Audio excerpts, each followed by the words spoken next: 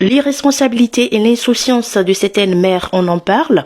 On en parle de cette tendance de port de perruque frontale aux petites filles africaines.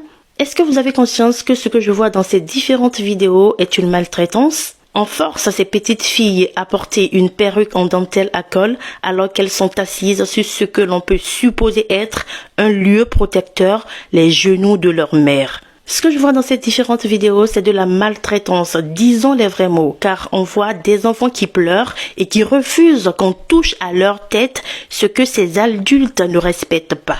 Est-ce que ces mères sont conscientes des effets secondaires potentiellement nocifs de l'utilisation de colle pour perruque sur les enfants? À voir, certainement pas. Le cuir chevelu de l'enfant est très fragile, donc cela peut provoquer des maladies. Une fixation des perruques à dentelle frontale sur le cuir chevelu fragile peut endommager les follicules pileux, autrement dit la racine de ses cheveux.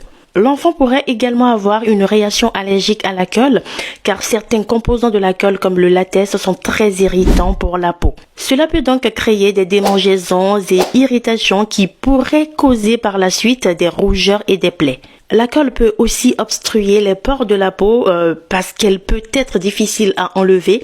Les combinaisons de pores obstrués, de follicules pileux endommagés et de l'irritation du cuir chevelu ne sont pas du tout propices à une croissance saine des cheveux de vos enfants.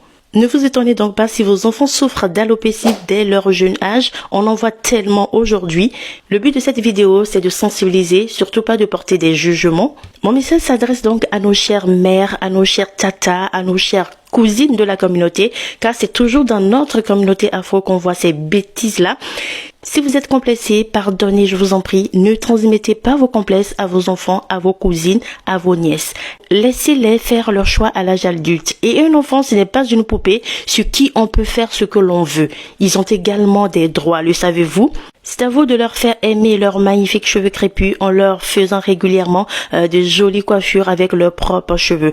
Si elles n'ont pas encore beaucoup de cheveux comme vous l'aurez voulu, ce n'est pas encore grave. Elles sont tellement belles à cet âge-là avec leurs petites têtes rasées ou avec des coupes très courtes. Alors, chère mère, chère tata, chère tati, ne détruisez pas le potentiel capillaire de vos enfants, de vos nièces, de vos cousines, parce que simplement vous voulez les voir comme ce qu'elles ne sont pas. Elles ne sont pas des poupées à exposer dans une vitrine. Prenons soin de leurs cheveux. Ciao!